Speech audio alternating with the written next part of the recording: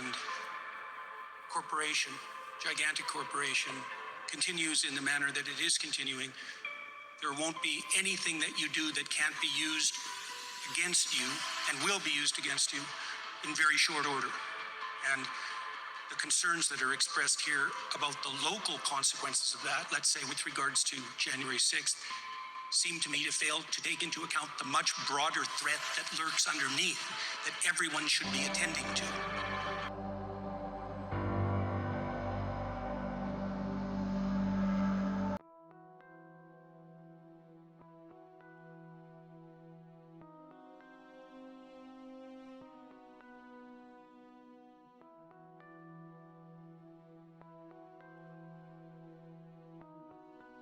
Question is on passage of the bill. Those in favor, please say aye.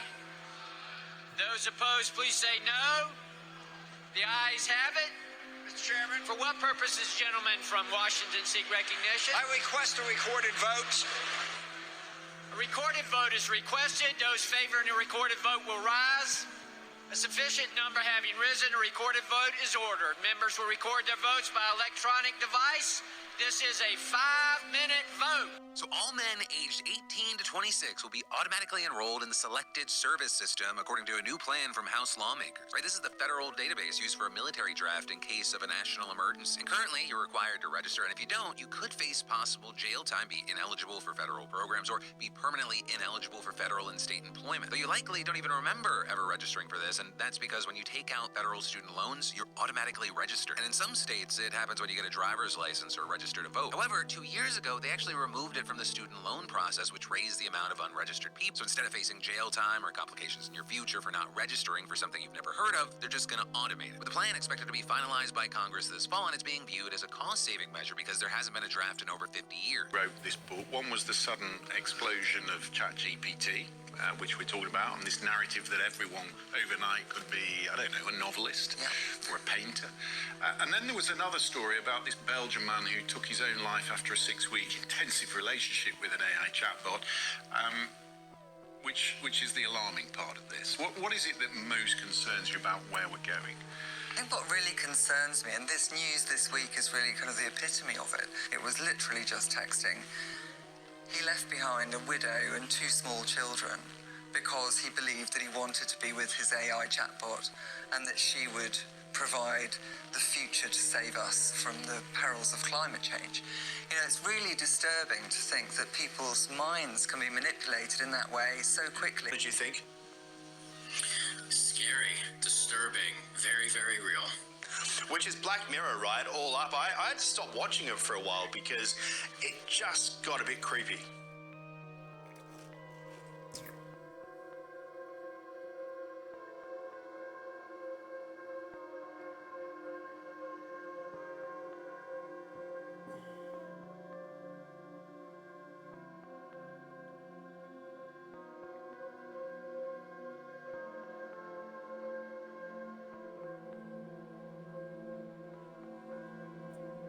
It is, and you know, it's draining. It is physically and emotionally exhausting, especially if you're one that likes to binge that type of show back to back. And now we're finally seeing these types of horrors of what digital identity and likeness brings in the realm of streaming platforms and terms and conditions. So Los Angeles is set to open what could be the world's fanciest homeless shelter, and it's costing taxpayers.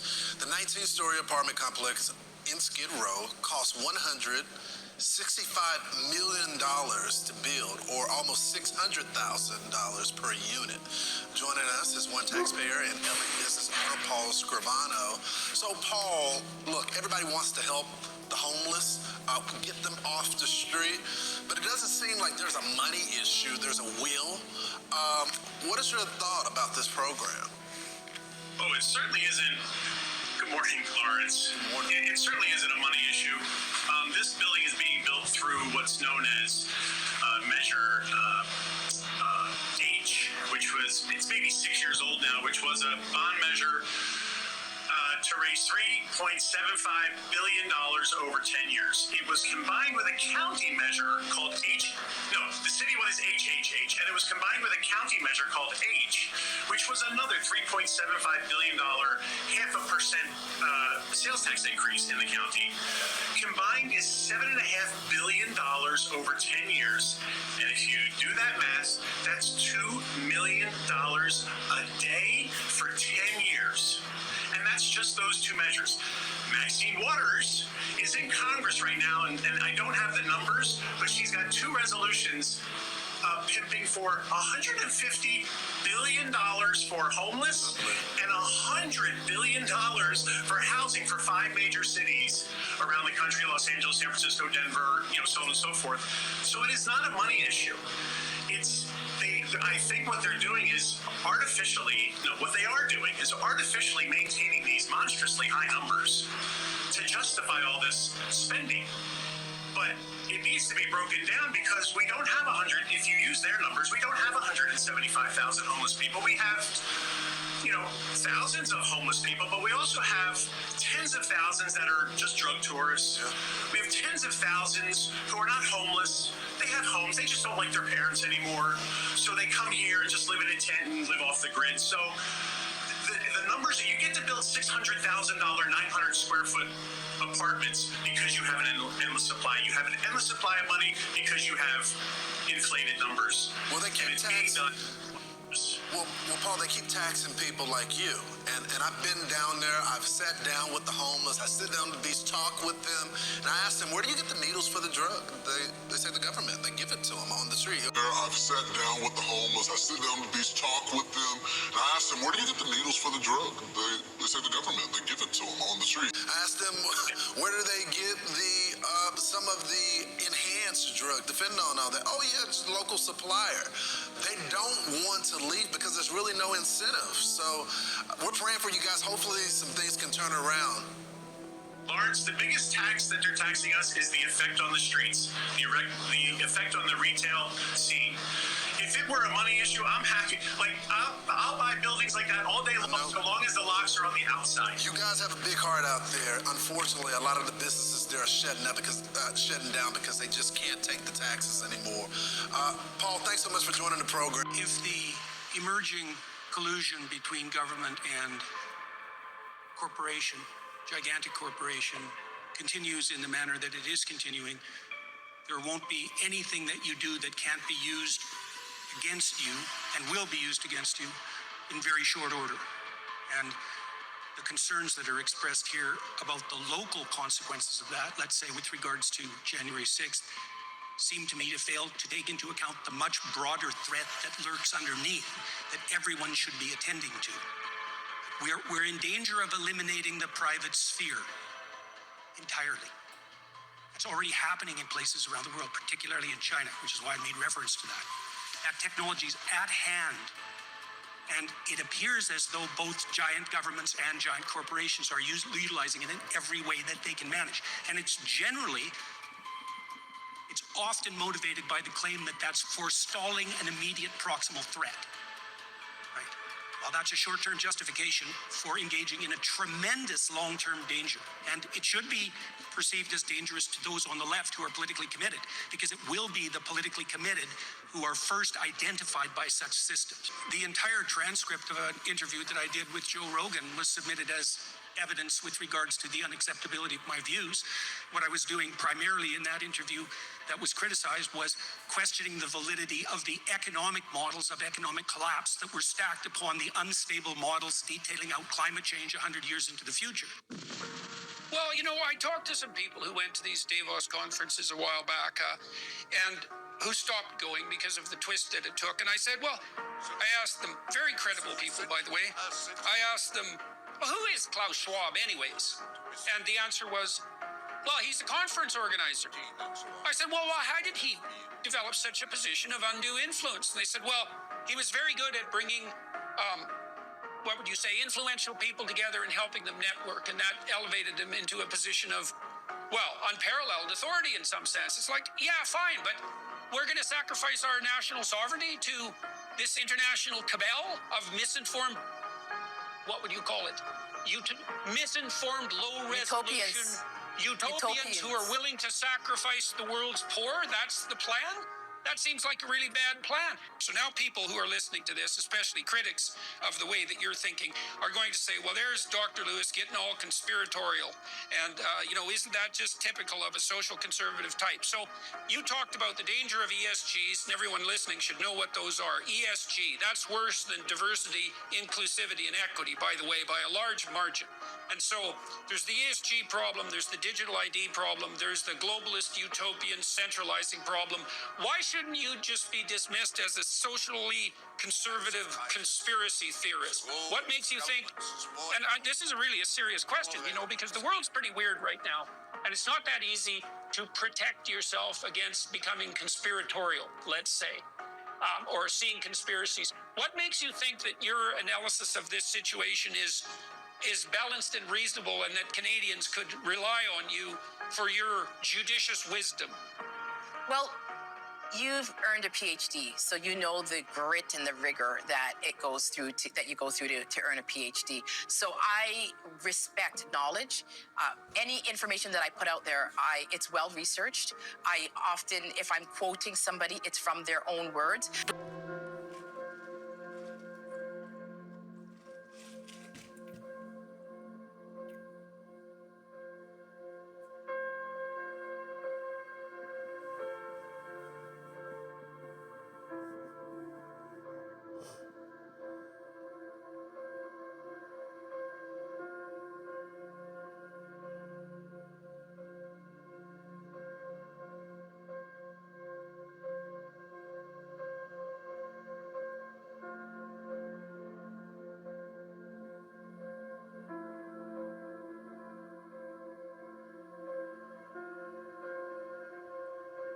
That's probably one of the weird factors about this. And another element is that human beings these days have two separate lives, one which is face-to-face and one which is their online world as well, and never the two shall meet.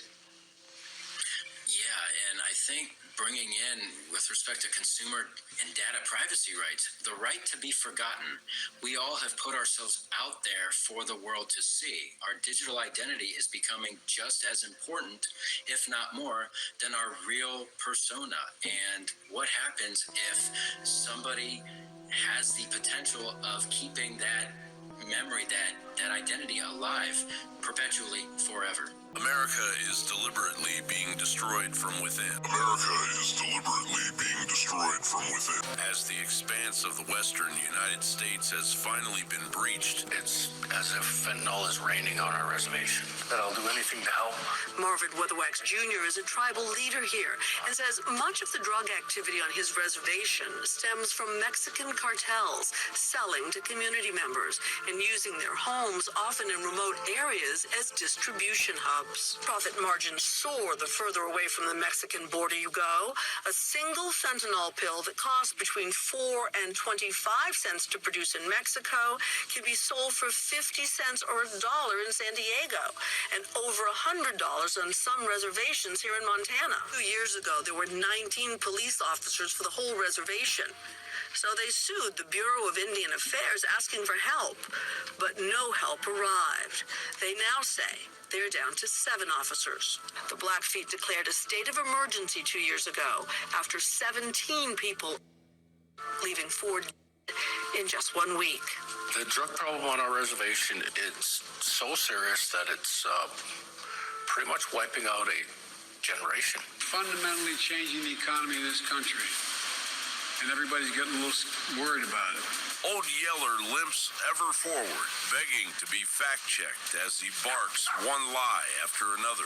Over the last year, prices are down on everyday items from a gallon of gasoline to a gallon of milk.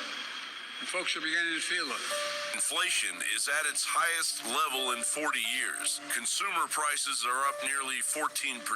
Gasoline is up 39.1%. And while an infinite number of illegals line up to receive Obamacare, the number of American citizens without health insurance went down by 4.2 million. Stay with iTeam 8 tonight and the disturbing murder of a kindergarten teacher. She had also become a mother recently when police say she had been killed by her husband. iTime's Kat Sandoval is talking with her parents, sharing their heartbreak and what their message is tonight. Just a few steps from where I'm standing is where they found 26-year-old Amber Morgan's body. She was brutally murdered, and we got a chance to speak to her parents. This was a woman that they don't make them like that. Corey Morgan described his daughter as a bright star who loved being a mother. That Friday night, she went to Costco with her mother. And she took everything up 2 flights of stairs, having a 5-week-old baby. That was the last time the parents saw her. Corey requested we call his daughter by her maiden name, Morgan. Her husband, Robert Cooley, confessed to the murder, telling officers, "I did something bad. I need to go to jail, and then later I took my wife's life." Police found Amber Saturday morning in her home. Police say her face was beaten so severely she was unrecognizable. She was shot in the head and her throat slit. Officers saw blood on Cooley's hands and clothing. Amber's parents say there were red flags with Cooley, but didn't think it would go this far. He was verbally abusing her and what I would call starting to spiral out of control since a little shortly before the birth of the baby. He threatened me. He tried to engage in a physical altercation with me. Amber's mom tells us Amber asked for a petition for dissolution of marriage papers the night before she was killed. We think that he tried to confront her, and she told him something he didn't want to hear. Amber was a kindergarten teacher at Victory Prep. She taught there for a year. She just cared for others deeply. She just had a history of connecting with anyone. Her husband faces a preliminary murder charge and is in Marion County Jail without bond. The parents tell me they will be adopting Amber's 5-week-old baby named Audrey. I'm iTeammates Kat Sandoval. Publicly held debt is up 13.7%, and the amount of citizens on food stamps has increased. Adding to Old Yeller's inevitable reckoning with the data, his main handler, Barack Obama, is reportedly panicking, begging Old Yeller to drop out while frantically playing musical chairs with his aides. Old Yeller hasn't just angered MAGA Republicans with vitriol aimed at millions of Americans free to vote for whoever they choose. Democracy means rejecting and repudiating political violence, regardless of party. Such violence is never acceptable in America. It's undemocratic, and it must never be normalized to advance political power. And everyone beware, because they're not going to stop. They're not going to stop before Election Day in November, and they're not going to stop after Election Day. And that should be, everyone should take note of that on both levels, that they're not going to let up, and they should not. Old Yeller has managed to anger disgusted parents, foreign dignitaries, minorities. They're going to put you all back in chains. Democrats. Get your words straight, Jack. That's what you're on the you don't hear that in MSNBC. Independents and everyday Americans. You are actively trying to diminish our Second Amendment right and take away our gun. You're forced. All right, thank you. Houston police released surveillance photos of this man wanted in connection with a deadly shooting at a Southeast Houston gas station last Friday. And only on KHOU 11 News, we have surveillance video showing the moments leading up to the shooting. Stephen Goen has a story from HPD headquarters tonight. Stephen? Len, even with this video, it's hard to tell what exactly led the suspect to fire his weapon. You'll see, in one moment, things are calm. The next moment, chaos. Tonight, police say they still don't have a motive for why the shooting happened 5 days later.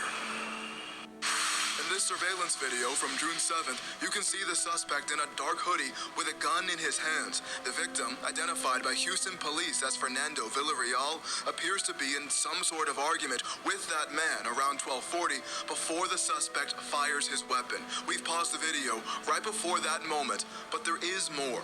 In the hours leading up to the shooting, surveillance video from inside this gas station along the Gulf Freeway appears to show Villarreal and the suspect just talking to each other. You can see them a few seats apart at these gambling machines. Tonight, Houston police tell us a preliminary investigation determined that two men knew each other and spent more than 3 hours together inside this gas station before the shooting. After they leave the gambling machines, Villarreal and the suspect approach the front counter and then walk outside. The suspect appears to check his wallet before they round a corner, start to argue, and shots are fired. Afterward, the suspect runs away while Villarreal lays on the ground. Tonight, Houston police say they believe this suspect lives nearby in the area of Telephone Road and the Gulf Freeway. Now, for a closer look at that surveillance video, you can head to our website, khou.com. Anyone with information on this suspect's identity is encouraged to call HPD or Crime Stoppers.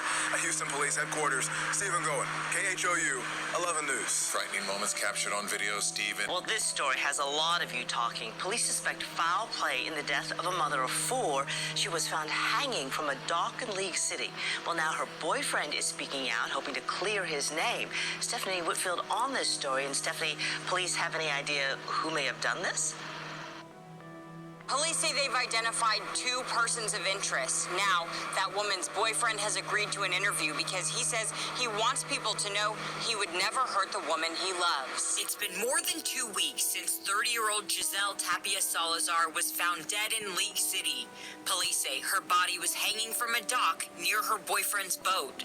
James Hart tells us she got up to use the restroom in the middle of the night and never came back. There's so many questions and there's no answers, and I don't understand why, because we have cameras, like I said, all over this marina. There should be no doubt about this. There should be no way that this isn't all on film. At first, police thought it may have been a suicide, but now they believe foul play was involved. Because of the position of her arm, that she had probably passed away someplace else and had rigor mortis had set in. And then when she was moved, her arm stayed in the position that it was in when the rigor mortis set in. Police and neighbors tell us there had been disturbance calls at the boat in the past. Them 2 fought like crazy and they loved like crazy. So it's one of those relationships. You'd hear them yelling one day and then they'd be hand in hand skipping across the parking lot, you know? Hart says he knows some people think he's involved. I want justice for Giselle and for myself. He hopes police clear his name and find out how this mother of 4 ended up dead. If you have any information that would help detectives, you can contact the League City Police Department or Galveston County Crime Stoppers.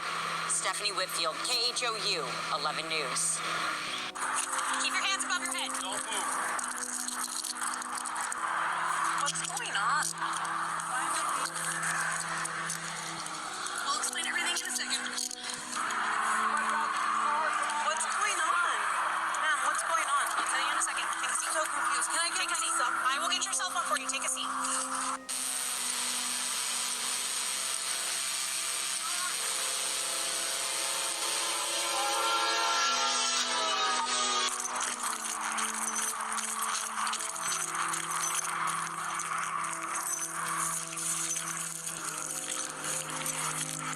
Whether or not Officer Steinke knew the tracks were there, whether she knew about the risk and decided to consciously disregard that risk, is what this case is all about. Did she act recklessly? There's nothing more deceptive than an obvious fact.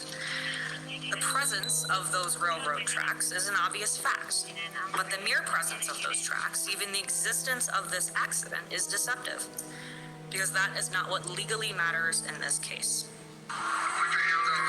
The court will see and hear evidence from which the court can infer the defendant's mental state at the time she elected to place Urani Rios Gonzalez in the Platteville patrol car parked on the railroad tracks instead of her own patrol unit that was safely parked to the west of the railroad tracks. Dispatch 346, get us medical immersion. The suspect was in the vehicle that was hit by the train.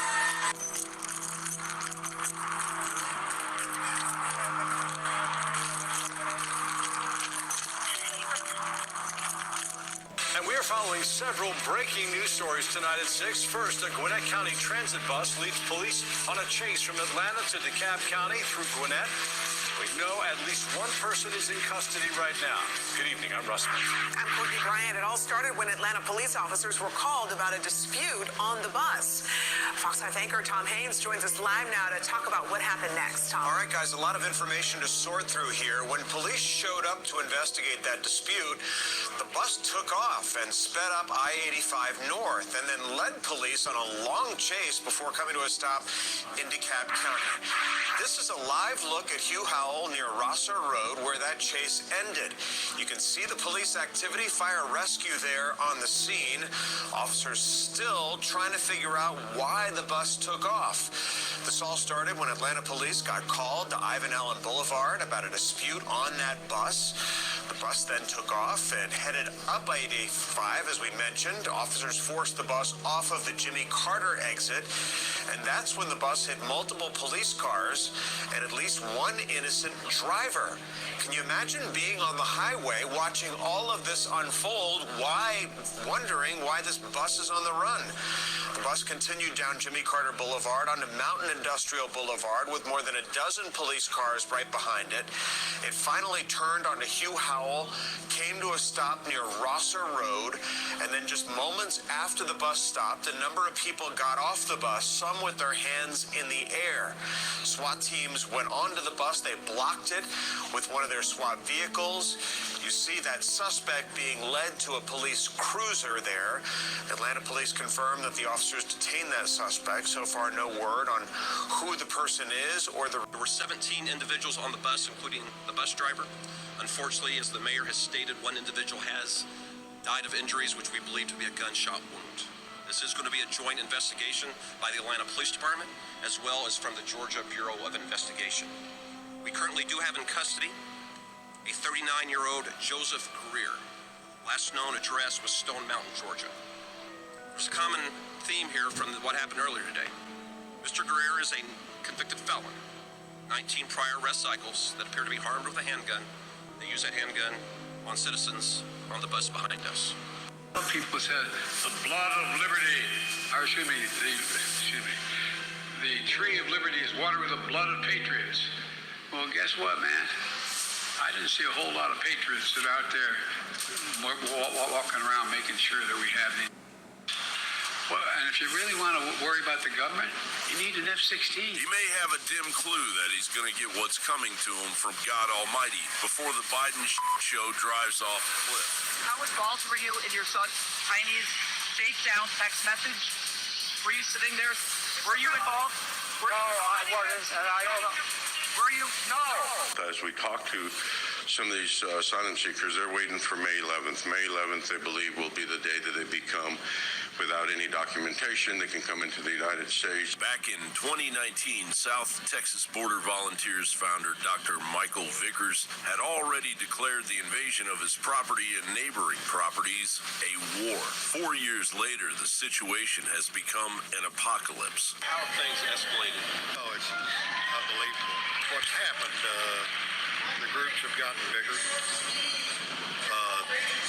The people are coming from more countries now, from Africa, from China, from all over the planet. And their disposition has changed. They're more combative. And when we encounter them, they want to put up a fight. And they're being led by gang members. We're seeing a lot of repeat people coming in. They can't give up for amnesty. They've been previously deported. They've got criminal records from the countries they come from or from here. And those are the type of people that we're encountering now. For amnesty, they've been previously deported. They've got criminal records from the countries they come from or from here. And those are the type of people that we're encountering now.